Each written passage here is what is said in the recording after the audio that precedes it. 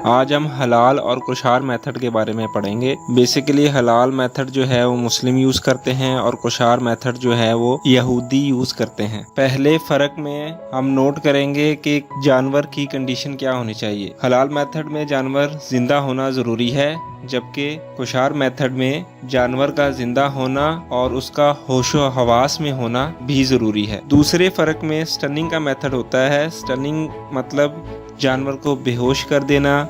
تیسرا اور سب سے میجر فرق حلال اور کوشار میتھڈ میں ذبح کرنے والے انسان کا ہے۔ حلال میتھڈ میں ذبح کرنے والا انسان کوئی بھی ہو سکتا ہے، مسلم بھی ہو سکتا ہے، یہودی بھی ہو سکتا ہے اور کرسچن بھی ہو سکتا ہے، جبکہ کوشار میتھڈ میں ایک یہودی آدمی ہی اس جانور کو ذبح کر سکتا ہے۔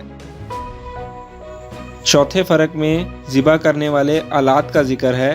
حلال میتھڈ میں کسی بھی آلے سے آپ اس کو یا نائف سے یا چھری سے ذبح کر سکتے ہیں، جبکہ کوشار میتھڈ میں ایک اسپیشل نائف یا چھری یوز کی جاتی ہے جسے ہم شیلف کہتے ہیں۔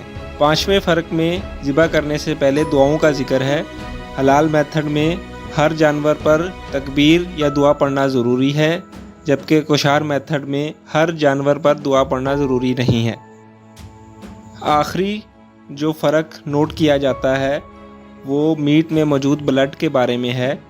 حلال میتھڈ میں جو بلڈ نیچرلی اس جانور میں رہ جاتا ہے وہ قبول کیا جا سکتا ہے، وہ یوز کیا جا سکتا ہے میٹ کو، جبکہ کوشار میتھڈ میں سارا بلڈ ریموو کرنا ضروری ہے۔ سو گائز، آپ نیکسٹ لیکچر میں دیکھیں گے کہ ہم جانوروں کو کس طرح ذبح کریں گے اور اس کو ذبح کرنے سے پہلے کیا کنڈیشن ہے اور کون سے جانور حلال ہیں۔ تو ہمارے چینل کو سبسکرائب کر لیں تاکہ آنے والی ویڈیو بھی آپ کے لیے یوزفل ہو سکے۔